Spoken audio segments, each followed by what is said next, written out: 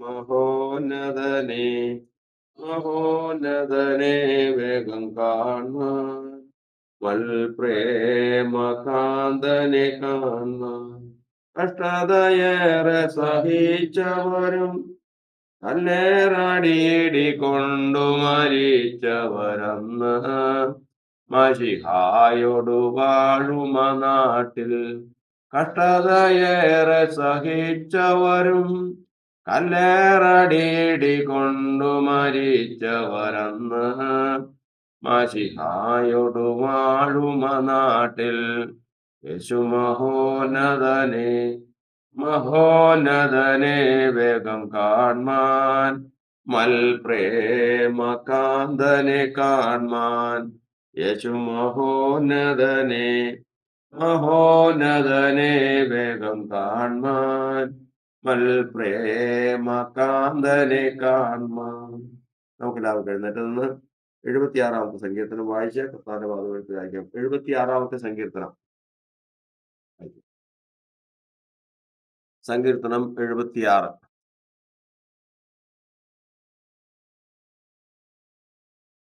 സംഗീത പ്രമാണിക്ക് തന്ത്രനാദത്തോടെ ആസാഫിന്റെ ഒരു സങ്കീർത്തനം, ഒരു ഗീതം.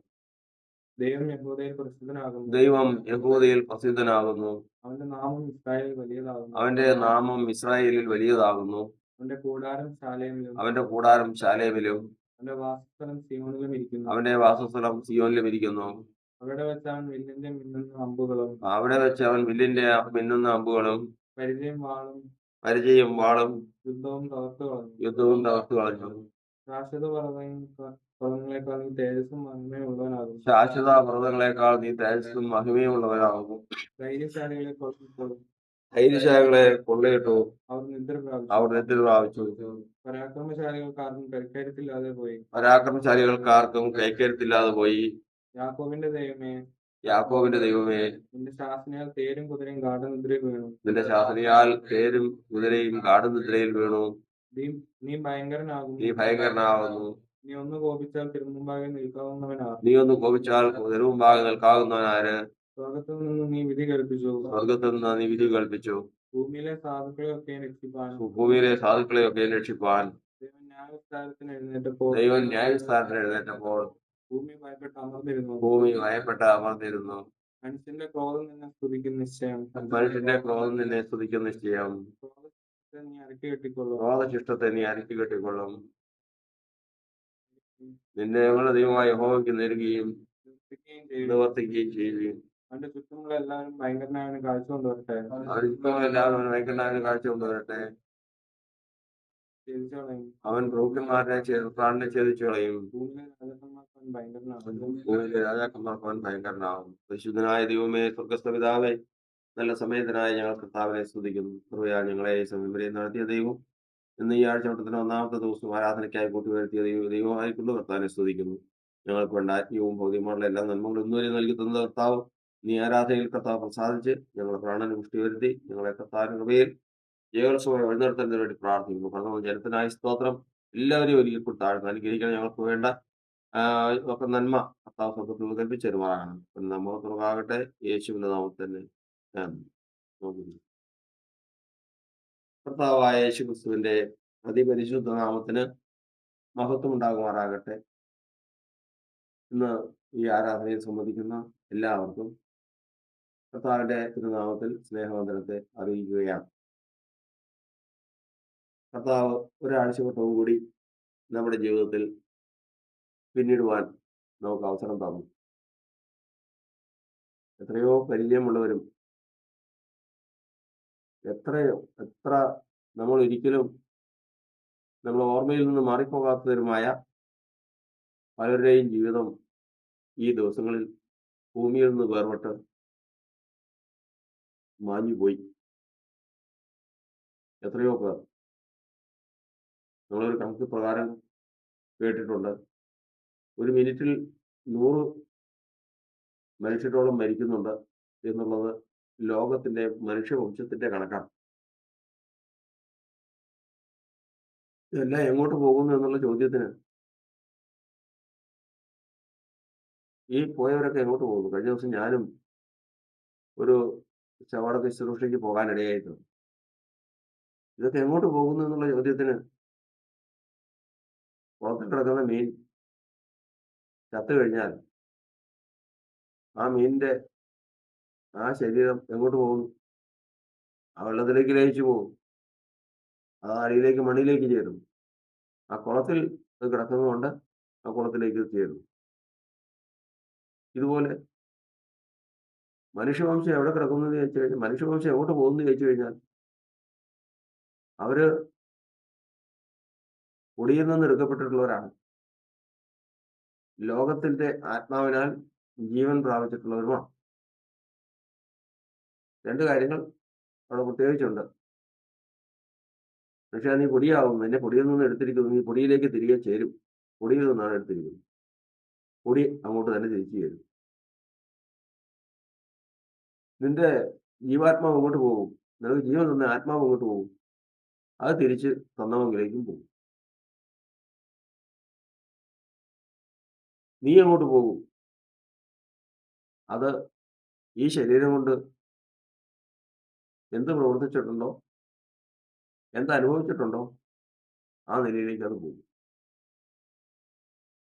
കർത്താവ് ധനവാന്റെയും ലാസറിന്റെയും അനുഭവം പഠിപ്പിക്കുമ്പോൾ പ്രകാരം പറഞ്ഞു, അബ്രഹാം പിതാവേ, ലാസർ വെള്ളത്തിൽ വിരൽ മുക്കി എന്റെ നാവൊന്ന് തണുപ്പിക്കേണ്ടതിന് വേണ്ടി അവനെ അയക്കണമെന്ന് പറഞ്ഞപ്പോ, മകനെ, നീ ജീവിതത്തിൽ നന്മയും ഈ ലാസർ തിന്മയും അനുഭവിച്ചു എന്ന് ഓർക്കാം.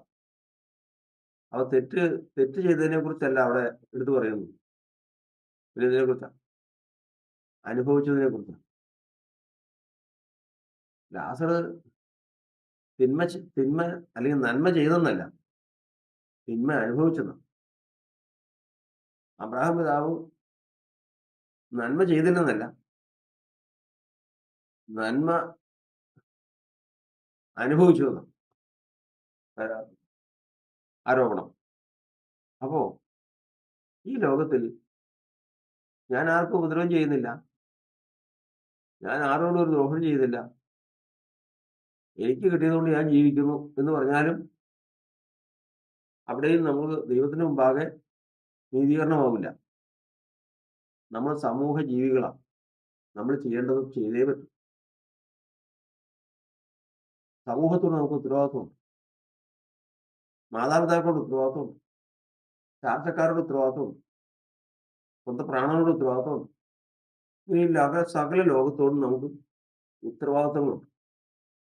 അത് നിറവേറ്റാതെ വരുമ്പോഴാണ് നമ്മൾ യോബിന്റെ പുസ്തകത്തിൽ വായിക്കുന്നത്, തങ്ങൾക്ക് വേണ്ടി ഏകാന്ത നിവാസങ്ങൾ പണിതവർ. പണ്ടൊക്കെ ഇവിടെയൊക്കെ കേരളത്തിൽ എവിടെ നോക്കിയാലും ഇന്ന് നമ്മൾ സുഖവാസ കേന്ദ്രങ്ങളും സ്കൂളുകളും വലിയ വലിയ പാഠശാല, വലിയ വലിയ സ്ഥാപനങ്ങളൊക്കെ ഇരിക്കുന്നത് ഊട്ടി, കൊടൈക്കനാൽ, കുട്ടിക്കാനം, ഹൈറേഞ്ച് വരെ അങ്ങനെയുള്ള ഇതൊക്കെയും വിദേശത്തു നിന്ന് വന്നവര് ഒറ്റപ്പെട്ട് താമസിക്കാനായിട്ട് സമൂഹത്തിൽ നിന്ന് വേർപെട്ട് ഏകാന്ത നിവാസം പണിത് ജീവിക്കാനായിട്ട് പോയവരാ അവർ വളരെ പേര്. അങ്ങനെ ദൈവത്തിന്റെ വചനത്തിൽ പറഞ്ഞിട്ടില്ല അങ്ങനെയുള്ളവർ എങ്ങോട്ട് പോകുന്നതാണ് പറഞ്ഞേക്കണേ. അങ്ങനെയുള്ളവർ പറഞ്ഞു കഴിഞ്ഞാൽ ക്രമമില്ലാത്ത ഇരുട്ടിലേക്ക് പോകും എന്നാണ് പറഞ്ഞത്. സമൂഹ ജീവിയായ ഒരു മനുഷ്യന് അവൻ ചെയ്യേണ്ട ഉത്തരവാദിത്തങ്ങളുണ്ട്. അവൻ മറ്റുള്ള മനുഷ്യരെ നോക്കേണ്ടതുണ്ട്. തനിക്ക് ഉത്തരവാദിത്തപ്പെട്ട ആ കാര്യങ്ങളെല്ലാം അവൻ നോക്കിയേ മതിയാവും. അപ്പോ ധനവാനെ സംബന്ധിച്ച് അവൻ ലാസറിനെ ഉപദ്രവിച്ചെന്ന് പറഞ്ഞിട്ടില്ല. അവൻ ഏതെങ്കിലും ദോഷം ചെയ്തെന്ന് പറഞ്ഞിട്ടില്ല. പിന്നെയോ തിന്മ അനുഭവിച്ച, ജീവിച്ച് അവസാനിപ്പിച്ച ലാസറിനെ അവൻ ഓർത്തില്ല, അല്ലെങ്കിൽ അവന് വേണ്ടി ഒന്നും ചെയ്തില്ല. അത്രയും പ്രതികൂല സാഹചര്യത്തിലും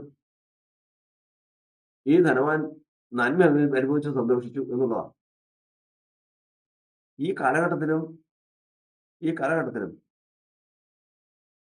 ദൃശ്യമാധ്യമങ്ങളിൽ കൂടിയും വിവിധമായിട്ടുള്ള വിവരാവകാശങ്ങളിൽ വിവര രേഖകളിൽ കൂടിയും എല്ലാം, പത്രങ്ങളിൽ കൂടിയും യൂട്യൂബ് വഴിയും മറ്റ് പല മുഖാന്തരങ്ങൾ വഴിയും കേട്ടുകൊണ്ടിരിക്കുന്നതും കണ്ടുകൊണ്ടിരിക്കുന്നതും അനുഭവിച്ചുകൊണ്ടിരിക്കുന്നതുമായ കാര്യങ്ങൾ എന്ന് പറയുന്നത്, നമ്മൾ അതിന് നേരെ കണ്ണടച്ചാൽ വചനം പറയുന്നത് തെറ്റുകാർ തന്നെയാണ്. എനിക്കറിയാൻ പാടില്ല, എനിക്കതിലൊന്നും പങ്കില്ല, ഞാൻ എൻ്റെ കാര്യം നോക്കുന്നതേ ഉള്ളൂ എന്ന് പറഞ്ഞാൽ ഒഴിഞ്ഞു മാറിയാൽ അതൊരിക്കലും ദൈവത്തിന് ഭാഗം നീതീകരണമാകുന്നില്ല. ഇത്രയും വേദനിച്ച് നിലവിളിക്കുന്ന സമൂഹം ഇന്ന് ലോകത്തുള്ളപ്പോൾ, നമ്മൾ ഓരോ ദിവസത്തെയും ചരിത്രം നമ്മൾ പരിശോധിച്ചു കഴിഞ്ഞാൽ പീഡിതര് തല്ലിക്കൊല്ലുവാണ് ഓരോരോ സാധുക്കൾ, ഉടുതുണിക്ക് മറുതുണിയില്ലെന്ന് പറയുന്ന തരത്തിലുള്ള മനുഷ്യരെ അധികാരങ്ങളിലും പണക്കൊഴുപ്പിലും ധിക്കാരത്തിലും ഇരുന്നുകൊണ്ട് അവരെ ഇല്ലാതാക്കുക, ആരും ചോദിക്കാനില്ല. അങ്ങനെ ഈ ലോകം മുഴുവനും ഇത്രയേറെ അധർമ്മം നടന്നുകൊണ്ടിരിക്കുമ്പോൾ ഇതിനിടയിൽ സന്തോഷമായിട്ട് ഞാൻ ജീവിച്ചു, ഞാൻ ആർക്കൊന്നും കടപ്പെട്ടിട്ടുമില്ല, ഞാൻ ആർക്കൊന്നും കൊടുക്കാനില്ല, ഞാൻ ആരോടും ചെയ്തിട്ടില്ല എന്ന് പറഞ്ഞ് സ്വന്തമായിട്ട് ജീവിച്ചു കഴിഞ്ഞാൽ ദൈവത്തിന്റെ വരുന്നത് തെറ്റുകാർ തന്നെയാണ്. കാരണം അത്രയേറെ അധർമ്മം നിറഞ്ഞ ഈ ലോകത്ത് അധർമ്മികളുടെ ഇടയിൽ വസിച്ചിരിക്കുമ്പോൾ തന്റെ നീതിയുടെ മനസ്സിൽ നൊന്ത് സോദോം ഗോമോറയിലെ അനുഭവങ്ങളെ കൊണ്ട് പൊറുതിമുട്ടി നെടുവീർപ്പിട്ട് കരഞ്ഞ ഒരുവനുണ്ട്, ലോത്ത്. അതുകൊണ്ട് എന്ത് പ്രയോജനം? ലോത്ത് അങ്ങനെ ചെയ്തുകൊണ്ട് എന്ത് പ്രയോജനം? അവിടെയാണ് നമ്മൾ ശ്രദ്ധിക്കേണ്ടത്. കർത്താവ് ഇത് നോക്കാനായിട്ട് ഇറങ്ങി വന്നു, സ്വർഗത്തിൽ നിന്നും ഇറങ്ങി വന്ന് അബ്രഹാമിനോട് പറയാണ്, അവര് എന്റെ അടുക്കൽ വന്ന നിലവിളിക്ക് ഒത്തവണ്ണം അവർ പ്രവർത്തിച്ചിട്ടുണ്ടോ എന്ന് ഞാൻ നേരിട്ട് നോക്കി കാണാൻ പോവാ. അപ്പോൾ സോദോം ഗോമോറയിലെ നിലവിളി ദൈവത്തിന് സന്നിധി എത്തിയെന്ന്. സോദോം ഗോമോറ എങ്ങനെയാ നിലവിളിച്ചത്? സോദോം ഗോമോറ എങ്ങനെ നിലവിളിച്ചു? ആരവിടെ നിലവിളിച്ചു? അവിടെയാണ് ദൈവം ശ്രദ്ധിച്ചത്. അവിടെ ഒരുവനുണ്ടായിരുന്നു. ആ ദേശത്തിന്റെ സോദോം ഗോമോറ എന്ന പട്ടണങ്ങളുടെ സകലവിധ ദുഷ്ടതയും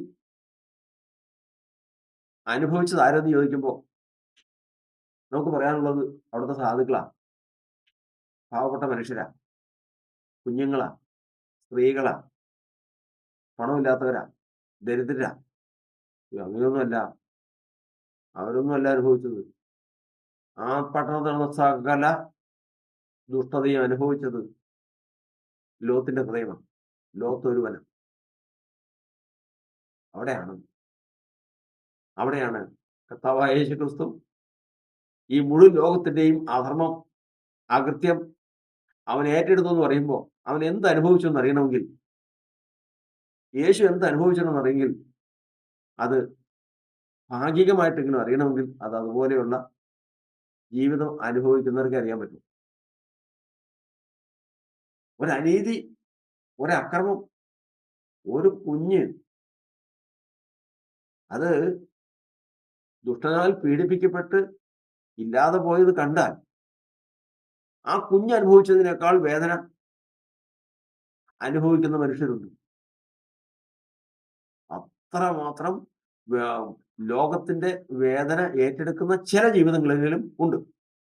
അപ്പോ ഈ മുഴുവൻ ലോകത്തിന്റെയും അധർമ്മവും ഈ ലോകത്ത് നടക്കുന്ന സകലവിധ ദോഷപ്രവൃത്തികളും ഏറ്റെടുത്ത യേശു എന്തനുഭവിച്ചു കാണും? കർത്താവിസ്തോത്രം. അതുകൊണ്ട് വചനം പറയുന്നത്, ഇത് നിങ്ങൾക്ക് വിശ്രാമ സ്ഥലമല്ല. ഈ ലോകം എന്ന് പറയുന്നത് നിങ്ങൾക്ക് വിശ്രാമ സ്ഥലമല്ല. കാരണം കണ്ണ് തുറന്ന് നോക്ക്, ചെവി തുറന്ന് കേൾക്ക്, ഹൃദയം തുറന്ന് കാര്യങ്ങൾ മനസ്സിലാക്ക്. ഈ ലോകത്തിൽ നടക്കുന്ന കാര്യങ്ങളുടെ ഒരംശം നീതിയുള്ള ഒരുവനാണെങ്കിൽ അത് കേട്ട് ഒരു ദിവസം കഴിക്കാൻ പറ്റില്ല, തകർന്നു പോകും. അത് എന്നെ ബാധിക്കുന്നില്ല എന്ന് പറഞ്ഞു കഴിഞ്ഞാൽ അത് ദുഷ്ടത തന്നെയാണ്. അത് ദൈവത്തിന്റെ മുമ്പാകെ ഒരിക്കലും നീതീകരണമാവില്ല. എന്നാൽ ഇത് ഏറ്റെടുത്തുകൊണ്ട് ആ വേദനയെങ്കിൽ താൻ അത് വഹിച്ച് മുൻപോട്ട് പോകുമ്പോൾ നെടുവീർപ്പിട്ട് കരയുന്ന അവരാണ് വചനം പറയുന്നത്. നമ്മൾ സങ്കീർത്തനത്തിൽ വായിക്കുന്നുണ്ടല്ലോ, എളിയവരുടെ പീഡയും ദരിദ്രന്മാരുടെ ദീർഘശ്വാസവും നിമിത്തം ഞാനിപ്പോൾ എഴുന്നേൽക്കും എന്ന് പറയുന്നത്. എളിയവരുടെ പീഡ എന്ന് പറയുമ്പോൾ പെട്ടെന്നൊരു ബുദ്ധി നമുക്ക് വരാനുള്ളത് വീട്ടില് പ്രശ്നങ്ങളായിട്ടായിരിക്കും, അല്ലെങ്കിൽ പാവമായിട്ടായിരിക്കും, പണമൊന്നും ഇല്ലാഞ്ഞിട്ടായിരിക്കും. ദരിദ്രം എന്ന് പറയുമ്പോഴത്തേക്കും വീട്ടിൽ പട്ടിണിയായിട്ടായിരിക്കും. ഇങ്ങനെയൊന്നുമല്ല. എളിയവരുടെ പീഡ എന്ന് പറയുന്നത് അത് നമ്മൾ കണക്കുകൂട്ടുന്നതല്ല. ഈ ലോകത്തിലേക്ക് നോക്കുമ്പോൾ വചനം പറയുന്നത് എളിയവരോടാണ് സത്വർത്തമാനം ഘോഷിക്കേണ്ടത്. ആരാണ് എളിയവര്? കർത്താവിന്റെ വചനം പറയുന്നത് ഈ ലോകത്തിന്റെ കണക്ക് പ്രകാരം ജ്ഞാനികൾ ഏറെ ഇല്ല, ബലവാന്മാർ ഏറെ ഇല്ല, കുലീനന്മാർ ഏറെ ഇല്ല. ബലവാന്മാരെ ലജ്ജിപ്പാൻ ബലഹീനമായത് ദൈവം തിരഞ്ഞെടുത്തു. ജ്ഞാനികളെ ലജ്ജിപ്പാൻ ജ്ഞാനഹീനമായത് തിരഞ്ഞെടുത്തു. കുലീനരെ ലജ്ജിപ്പാൻ കുലഹീനവും നികൃഷ്ടവുമായി തിരഞ്ഞെടുത്തു. തങ്ങൾക്ക് തന്നെ ഈ ലോകത്തിൽ ജ്ഞാനഹീനരും ബലഹീനരും കുലഹീനരുമായ ഒരു കൂട്ടമുണ്ട്. അവരാണ് ഈ ബലഹീനർ എന്ന് പറയുന്നത്. അവരാണ് നിസ്സഹായരായി ഈ ലോകത്തിന്റെ അതിക്രമം കണ്ടുകൊണ്ട് നിൽക്കുന്നത്. ഈ ലോകത്തിൽ ഈ ജീവിതം ഒന്ന് കഴിച്ചു കിട്ടാൻ വേണ്ടി പാടുപെടുന്ന, പ്രയാസപ്പെടുന്ന അനേക ജീവിതങ്ങളെ കണ്ടുകൊണ്ട് ഈ ഒരു കൂട്ടം നെടുവീർപ്പിട്ട് കരയുന്നു. യഥാർത്ഥം ദൈവസഭയായി തീർന്ന ഞാൻ രക്ഷപ്പെട്ടു എന്ന് ചിന്തിക്കുന്നുണ്ടെങ്കിൽ അങ്ങനെയല്ല. ദൈവത്തിന്റെ സഭയായി തീർന്നെങ്കിൽ, ദൈവത്തിന്റെ പരിശുദ്ധാത്മാവിനാൽ അവൻ രക്ഷിക്കപ്പെട്ടെങ്കിൽ, പുത്രന്റെ ആത്മാവിന് അവന് ലഭിച്ചിട്ടുണ്ടെങ്കിൽ, ക്രിസ്തുവിന്റെ ആത്മാവ് അവന് ഉണ്ടെങ്കിൽ, അവന്റെ ജീവിതത്തിലെ വേദനയുടെ ആരംഭം മാത്രമേ ആയിട്ടുള്ളൂ. യഥാർത്ഥ വേദന എന്തെന്ന്, യഥാർത്ഥത്തിലുള്ള സങ്കടം എന്തെന്ന് അവൻ അറിയുന്നതേ ഉള്ളൂ. അതാണ് ഈ ലോകത്തിൽ 1000-ൽ പരം കോടി ജനം ഒരു ഘട്ടത്തിലുണ്ടെങ്കിൽ ഇന്ന് വരെയും ഈ ലോകത്തിൽ ദുഷ്ടന്മാർ ചെയ്തു കൂട്ടിയിട്ടുള്ളതും, അധർമ്മികൾ, വഞ്ചകന്മാർ, ലൗകിക പുരുഷന്മാർ ചെയ്തു കൂട്ടിയിട്ടുള്ള സകല ദുഷ്ടതയും ഇവരെവിടെ ഇത് ചെയ്തത് എന്ന് പരിശോധിച്ചു കഴിഞ്ഞാൽ കാണാൻ സാധിക്കും. എവിടെ? ദൈവസഭയിലായിരിക്കുന്ന ദൈവജനത്തിന്റെ ഹൃദയത്തിൽ നോക്കിയാൽ കാണാം. കാരണം ചെയ്തത് പലയിടങ്ങളിൽ വെച്ച് പല തരത്തിലുള്ള ദുഷ്ടതയാണ് മനുഷ്യൻ ചെയ്തിട്ടുള്ളത്. പക്ഷെ അത് മുഴുവൻ അനുഭവിച്ചിട്ടുള്ളത് ദൈവസഭയിൽപ്പെട്ട ദൈവത്തിന്റെ മക്കളാണ്, ദൈവത്തിന്റെ ജനമാണ്. ഇതാണ് ദൈവം നോക്കിക്കൊണ്ടിരിക്കുന്നത്. ഇതാണ് ഇന്ന് ഈ ലോകത്തിന്റെ സകലവിധ ദോഷങ്ങളും ഏറ്റെടുത്തുകൊണ്ട് ആ സകലവിധ ദോഷങ്ങളിലും നെടുവീർപ്പിട്ട് കരയുന്ന ജീവിതങ്ങളെ ദൈവം നോക്കിക്കൊണ്ടിരിക്കുക. നമുക്ക് രാവിലെ മുതൽ വൈകുന്നേരം വരെയും ഉറങ്ങുന്നവരെയും ഒറ്റ ചിന്ത: ഞാൻ അനുഭവിച്ചിട്ടുള്ള കഷ്ടതകൾ, ഞാൻ അനുഭവിക്കുന്ന വേദനകൾ, ഞാൻ കടന്നു പോകുന്ന ദുർഘട വഴികൾ, ഞാൻ എങ്ങനെ ഇത് മുമ്പോട്ട് കൊണ്ടുപോകും എന്നെല്ലാം ചിന്തിക്കുമ്പോൾ ദൈവം നോക്കുന്നത് പ്രകാരമാണ്. ഏതാണ്? ഈ ലോകം അധർമ്മികളുടെ ഈ ലോകത്തിൽ എത്രമാത്രം ഈ ലോകം ചെയ്യുന്ന അധർമ്മം തന്റെ മക്കളെ ബാധിക്കുന്നുണ്ട്. ഈ ലോകത്തെ കണ്ട് കർത്താവായ യേശുക്രിസ്തു പുരുഷാരത്തെ കണ്ട് മനസ്സലിഞ്ഞവൻ, മനുഷ്യവംശത്തെ കണ്ട് മനസ്സലിഞ്ഞവൻ, മരിക്കുന്നവന്റെ മരണത്തിന് ഇഷ്ടമില്ലാത്തവൻ, ഒരു മനുഷ്യൻ അനുഭവിക്കുന്ന വേദനയും കഷ്ടതയും കണ്ട് സ്വസ്ഥമായിട്ട് ഇരിക്കാൻ സാധിക്കാത്തവരെ ദൈവം കാണുന്നു, അത് കണക്ക് കൂട്ടും. അതാണ് അബ്രഹാം പിതാവ് ധനവാനോട് പറയുന്നത്: നീ ഈ ജീവിതത്തിൽ നന്മ അനുഭവിച്ചെന്ന് ഓർക്കാം. ലാസർ അതുപോലെ തിന്മയും അനുഭവിച്ചെന്ന് ഓർക്കാം.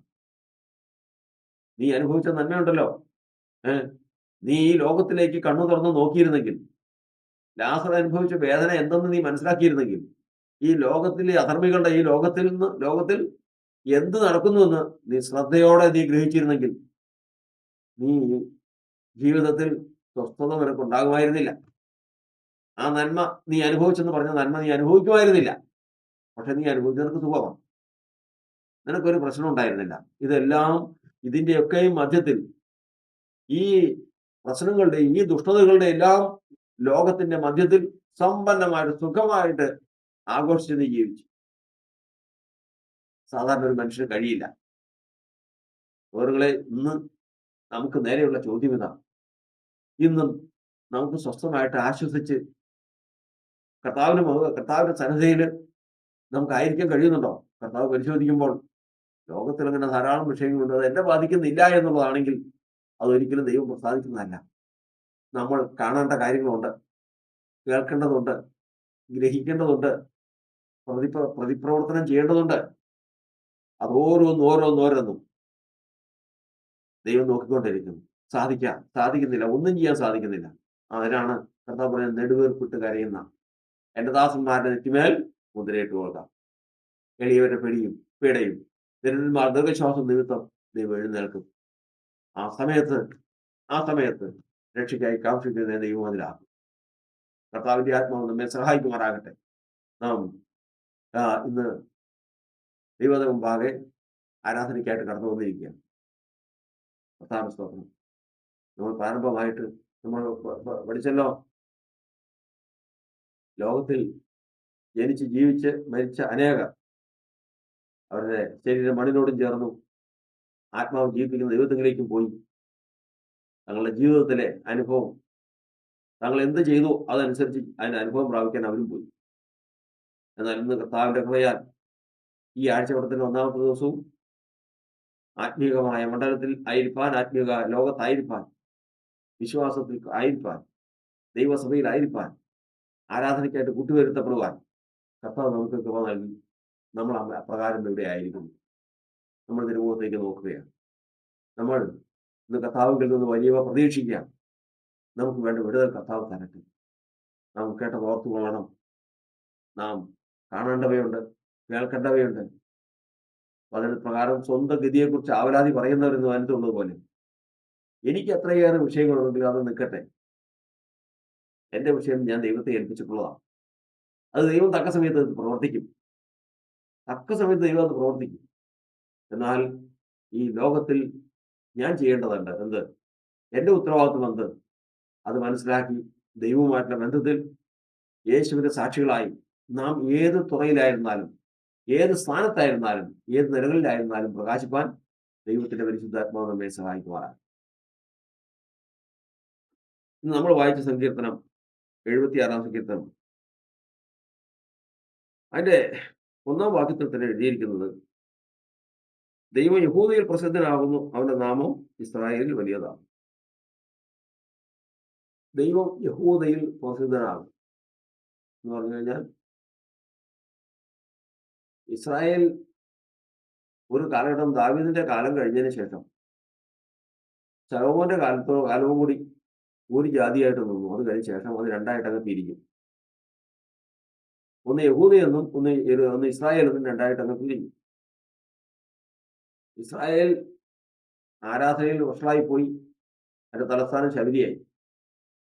എന്നാൽ യഹൂദയാകട്ടെ യെരൂശലേം തലസ്ഥാനമായിട്ട് അവർ ദൈവത്തോടുള്ള ഭക്തിയിൽ കുറച്ചു കാലം അവര് പിടിച്ചു നിന്നു. ഇങ്ങനെ അപ്പൊ അവിടെ പൊതുവായിട്ടുള്ളൊരു ചൊല്ലാണ്, ദൈവത്തെക്കുറിച്ച് അറിയണമെങ്കിൽ യഹൂദന്റെ അടുത്താണ്. ദൈവത്തിന്റെ അടുത്ത് ചെന്നാൽ മതി യഹൂദൻ ആരാണെന്ന് അറിയണം. യഹൂദന്റെ അടുത്ത് ചെന്നാൽ മതി ദൈവം ആരാണെന്ന് അറിയണം. അതിന്റെ കാരണത്തെക്കുറിച്ച് റോമാലേഖനം 3-ാം അധ്യായത്തിൽ എഴുതിയിട്ടുണ്ട്. ദൈവം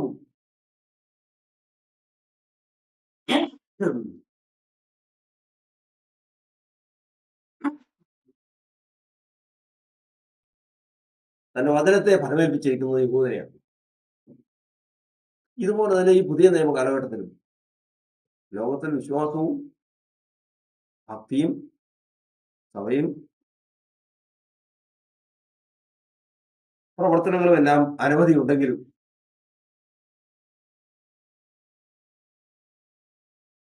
സാക്ഷാൽ ആത്മീയ യഹൂദൻ ആര് എന്നുള്ളത് ഇപ്പോഴും ലോകത്തിൽ നിന്ന് വെളിപ്പെടുന്നില്ല.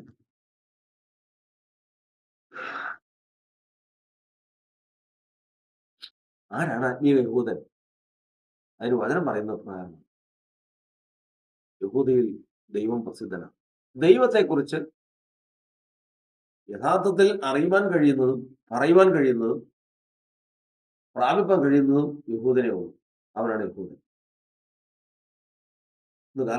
ഈ കാലഘട്ടം ദൈവത്തിന്റെ വചനം പറയുന്നത് ഒരു സാക്ഷാൽ യഹൂദന്മാരായി, ആത്മീയ യഹൂദന്മാരായി ഹൃദയ പരിച്ഛേദനയോടുകൂടി ജീവിക്കാൻ കർത്താവ് നമ്മെ വിളിച്ചിരിക്കുമ്പോൾ നമ്മൾ ദൈവത്തെക്കുറിച്ച് അറിവുള്ളവരായി,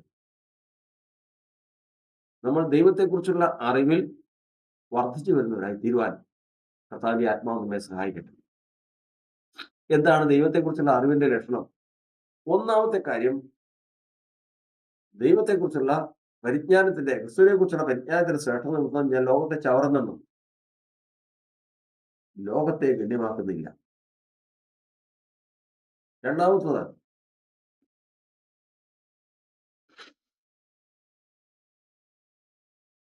അവനെ അറിയുന്നു എന്ന് പറയുന്നവൻ അവൻ നടക്കുന്നത് നടക്കേണ്ടതാകും. ദൈവത്തെ അറിയുന്നവൻ എങ്ങനെ നടക്കണമെന്ന് ഒരു മാതൃക യേശു നമുക്ക് വെച്ചിട്ട് പോയിട്ടുണ്ട്. അതുപോലെ ആയിരിക്കും. തന്നെ ശകാരിച്ചിട്ട് പകരം ശകാരിക്കാതെ, കഷ്ടം അനുഭവിച്ചിട്ട് വീക്ഷണം പറയാതെ, നീതിയോടെ വിധിക്കുന്ന കാര്യം പരമേൽപ്പിച്ച് ജീവിച്ച യേശുവിനെ പോലെ ജീവിക്കാനാണ് കർത്താവ് നമ്മെ വിളിച്ചിരിക്കുന്നത്. അവനാണ് യഥാർത്ഥത്തിൽ യഹൂദൻ, അല്ലെങ്കിൽ ദൈവത്തെ അറിയുന്നത്. നമുക്ക് കർത്താവ് പിന്തുടരുവാൻ മാതൃക വെച്ചിട്ട് പോയിരിക്കുമ്പോൾ കർത്താവ് നോക്കുന്ന പാതയിൽ കൂടി തന്നെ, ആ ദിവ്യ സ്വഭാവത്തിൽ കൂടി തന്നെ സ്വർഗസ്ഥനായ ദൈവത്തിന്റെ അടുക്കൽ എത്തിച്ചേരുവാൻ ദൈവത്തിന്റെ ജനത്തെ കർത്താവ് സഹായിക്കുന്ന കാലഘട്ടമാണ് ഈ കാലഘട്ടം. അതുകൊണ്ട് നമുക്ക് കർത്താവിനെ മുറുകെ പിടിക്കാം. കർത്താവ് കാണിച്ചു തന്ന മാതൃകയെ മുറുകെ പിടിക്കാം. ഏത് അനുഭവത്തിലും, ഏത് പ്രവൃത്തിയിലും, ഏത് വാക്കിലും കർത്താവ് എന്ത് ചെയ്തു, കർത്താവിനെ എങ്ങനെ പിൻപറ്റണം എന്നുള്ളത് കർത്താവ് നമുക്കൊരു മാതൃക വെച്ചിട്ടുണ്ട്. അതിൽ കൂടി തന്നെ ഏത് പ്രതിസന്ധിയിലും നമ്മൾ തരണം ചെയ്യുവാൻ തക്കവണ്ണം ദൈവത്തിന്റെ പരിശുദ്ധാത്മ നമ്മെ സഹായിക്കട്ടെ എന്നുള്ള പ്രാർത്ഥനയോടെ നമുക്ക് കർത്താവിനായി യേശു എന്നടിസ്ഥാനം ആശയവനില